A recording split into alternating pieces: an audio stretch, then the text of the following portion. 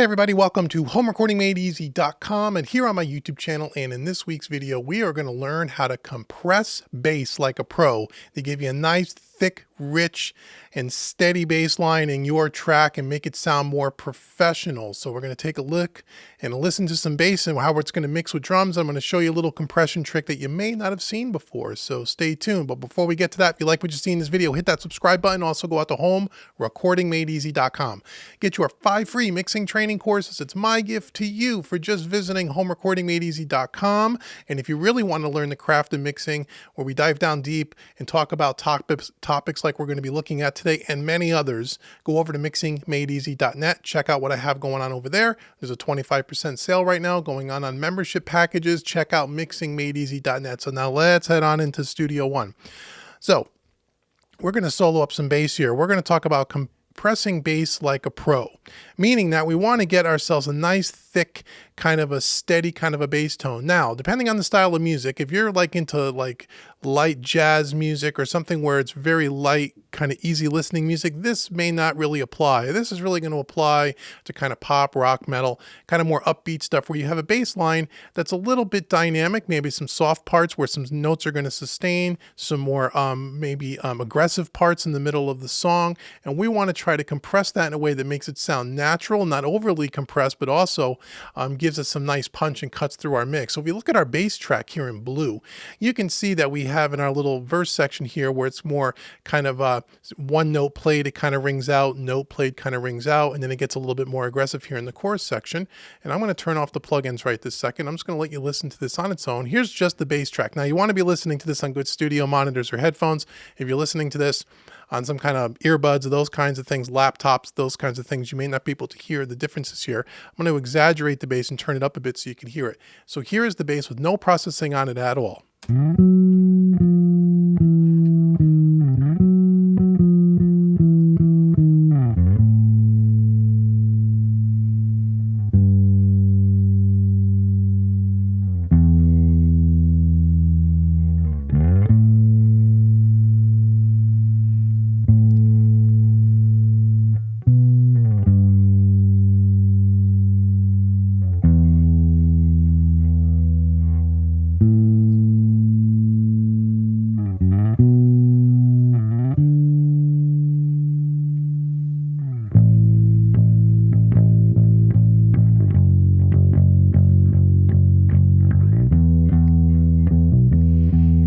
Okay, so you get it. In the beginning there, we have one note, the note's kind of sustained, and then once we get to this little chorus section, he's kind of plucking with his fingers a little bit more aggressively during the chorus section of the tune. Now that's obviously just the bass on its own.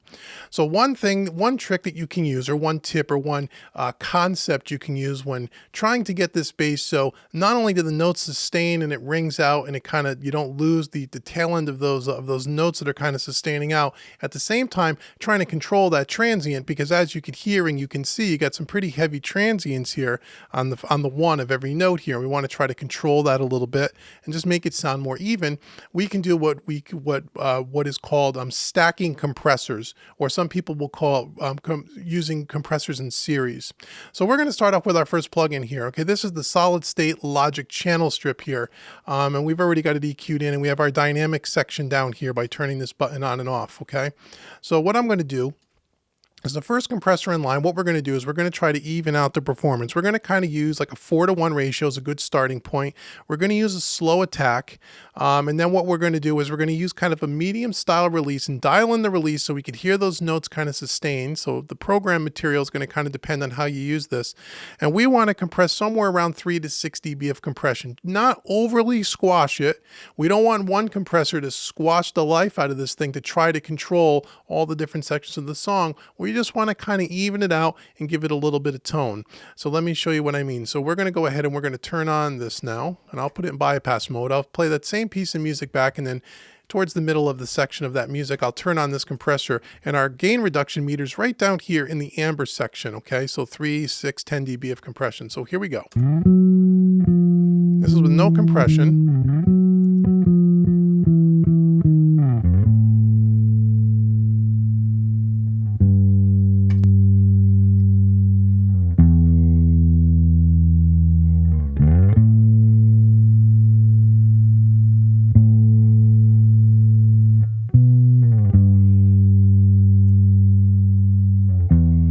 turn down our threshold to get more compression if we want. Now keep in mind, we're using a slow attack right now. If we go to a fast attack, it's going to give us more compression. And we can raise the threshold.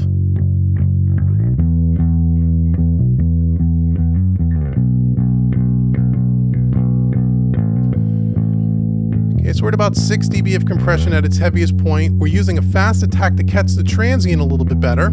Again, this particular plugin just has slow attack, fast attack, but if you had a compression with a variable attack, you want to kind of sweep around and you want to get it so the transient on the front end, at least in this particular case, isn't poking out way too much. Again, we would be doing this in the context of the mix. I'm going to let you hear this in the context of the mix, but for this demonstration, I want to do this in solo so you could hear what I'm telling you in the audio. We want the transient to be captured a little bit. We don't want to squash it too much. We just want to catch it just a little. We're using the release time. By slowing up the release, we can let these notes in the beginning sustain.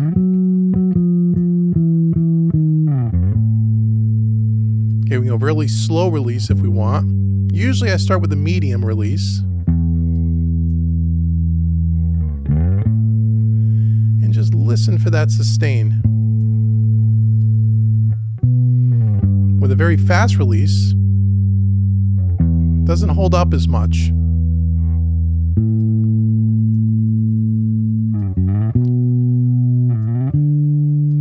Now, there is a specific reason why I'm using a compressor that doesn't have a gain reduction meter, or as I turn the attack, you can't see when I adjust the attack and release, you can't see on a needle what's going on. You have to use your ears. It's important on this first stage, while you're kind of prepping it, that you use your ears to listen for the sustain of the note and listen to how it kind of, as you play with the release on your particular compressor, because it doesn't matter what compressor you're using, we're just using this for this demonstration, that you could hear when the release kind of lets go of the note and the sustain kind of changes, that you can hear the attack, again, if you have a variable attack, that very beginning transient, how much it clamps down. Okay, so depending on the compressor you're using, you really want to play with attack and release to kind of get it to where it's pleasing to your ear. Now again, in this case, we can do this, you would probably want to do this with drums playing and some parts of the other mix playing, but again, we're doing this in solo. And again, you only want to capture about 3 to 6 dB of compression. You don't want to squash it too much, okay? So once we follow this, once we compress this and kind of got it set, we can bypass the plugin.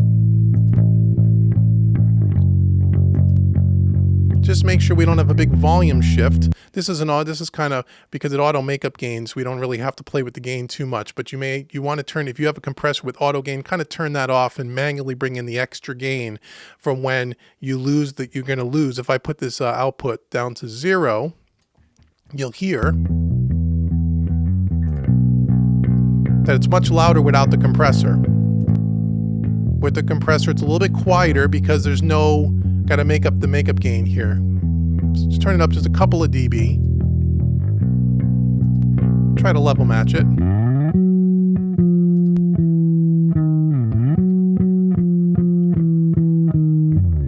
Okay, so once you get the first compressor set, now the key to this is the second compressor. So what we're going to do now is we're going to add another compressor after that. And in this case, I'm just going to use an LA2A style, again, because it's an easy compressor to use. But you can use any compressor. What we're going to try to do here is we're going to go ahead and we're just going to now again compress it a little bit more. Now that we got to kind of have set the table, if you will, to where we have the bass somewhat under control, now we're going to go ahead and we're going to kind of dial this in, and we're just going to compress a few more dB just to kind of tighten it up and get a little thicker. So let me let you hear what I mean. So we're going to turn up the peak reduction just to get a few dB here, 3 dB maybe on the heaviest notes, 4 to 5 dB. And then we're going to use the gain. So it's level matched, and it is.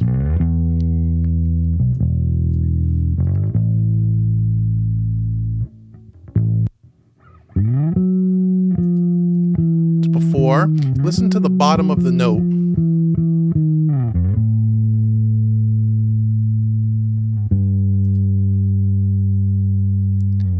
Here it gets a little thicker on the bottom, and it sustains a little bit more. Again, it's a subtlety. That's why I want you to do this on good headphones or good studio monitors. Okay, now if I bypass both plugins at the same time, Here's no compression.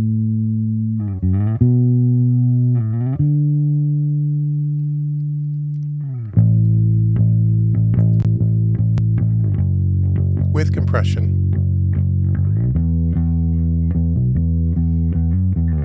Okay, so what should you hear if you're listening to this through a good system? You should hear the transient of the very beginning of the note. The very first, the one, is a lot more controlled. You also hear the bottom of the note, the lowness, the thickness of the note gets a little bit thicker, and it sustains a little bit more. Okay, now let's do this in some context here. Let's bring in some drums here so we can kind of hear this with a drum kit, okay? So again, I'm going to go ahead and I'm going to play back this section, and I'm just going to turn off both plugins on and off at the same time.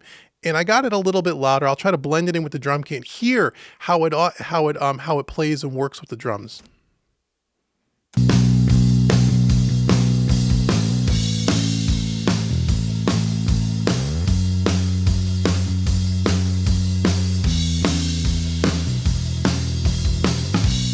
Hear how it sits in the pocket more?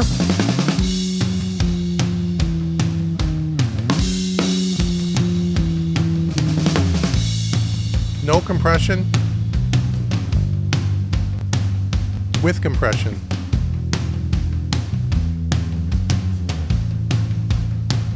Okay, do you hear with the two compressors? Rewind the video if you didn't hear it. Listen to how it kind of just sits in the pocket more. When I take away the compression, you instantly hear those spiky notes pop out. It's a little bit thinner. It's not as defined. With the compressors in play, stacked on top of each other, light amount of compression stacked together, not only do you get a little bit of a tonal shift in EQ because there's some coloration going on with both this SSL and the LA2A from a tonal aspect, but it also then controls the transient. It kind of sits in the pocket more, and it sits a little bit more well-defined. Now let's bring in some guitars as well. We'll bring in some acoustics and some electric guitars here, just so you can kind of hear it in a band situation here. Even the keyboards, we have some organs. We got a whole bunch of stuff happening here. So let's play back that same section of music with all the instrumentation, and I'll do the same thing. I'll mute or turn off both of these compressors and then turn them back on again.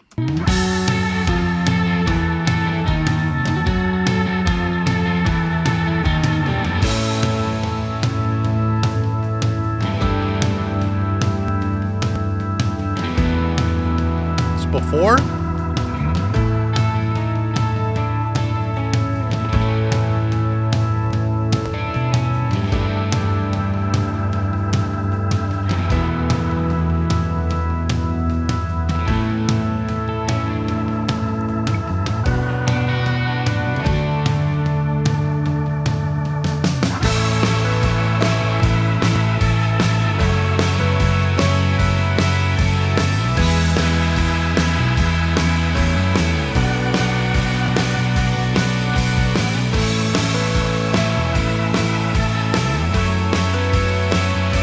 So again, in an entire band context, what I hear here is that without the compressors, those two stacked on top of each other, what happens is the bass doesn't seem like it's gelled in with the music. It seems like it almost seems like it just doesn't fit in. It's not in the pocket. It's not glued together.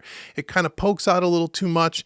It's a little bit too loud in certain areas, and it just sits. It almost just seems like it's a little disjointed from the rest of the mix. But by using the two compressions in series like this, it seems like it tucks it in a little bit more. And again, it gives it a bit better foundation, and it seems to play a little bit nicer with the drums, and it sits more in the pocket. Okay, therefore sounding a little bit more professional, a little bit more dialed in. Okay, so again, using any compressors really doesn't matter, but if you have third-party compressors like, Universal Audio, Slate Digital, SSL, Waves, any of those kinds of things, it's always a good idea to try to experiment with using two completely different types of compressors. In this particular case, we're using a channel strip off an SSL desk and an LA2A. Now, you can use a Fairchild 1176, DBX 160s, whatever, or even a combination of that with stock plugins, because these analog style plugins have different tonalities to them. So from an EQ standpoint, they sound a little bit different from each other. And by mixing them and blending them together, you'll find a combination that works in your particular style of music. And again, it's not it goes from terrible to an amazing bass sound. It goes from a good bass sound to a better bass sound, and it's subtle. And these little subtle moves throughout an entire mix is what really glues and takes a mix from an amateur kind of a sounding mix to more of a professional mix where things are a little more dialed in. in. And if you want to learn more about compression and really get down deep in the weeds and really understand and wrap your head around compression, which is the second most important tool that you have in your mixing toolbox, EQ being the first tool, go out to homerecordingmadeeasy.com and you can check out 2 courses. I have Compression Made Easy for beginners and intermediates to understand compression, where we sit down and we listen and A/B different types of compressors so you can hear the difference and I can teach you what to listen for, kind of like we did in this video. And then we also have a compression series called The Power of Parallel Compression. Check both of those out at homerecordingmadeeasy.com. I'll leave the links in the description box below. Those little promo videos, you'll learn all about it. So I hope you found this video helpful on how you can get a pro sounding bass sound for your mix by tightening things up and stacking compressors. Again, leave a comment below. Let me know what you thought about this video. And again, go out to homerecordingmadeeasy.com as well as mixingmadeeasy.net. And I will see you in the next video. Thanks and take care.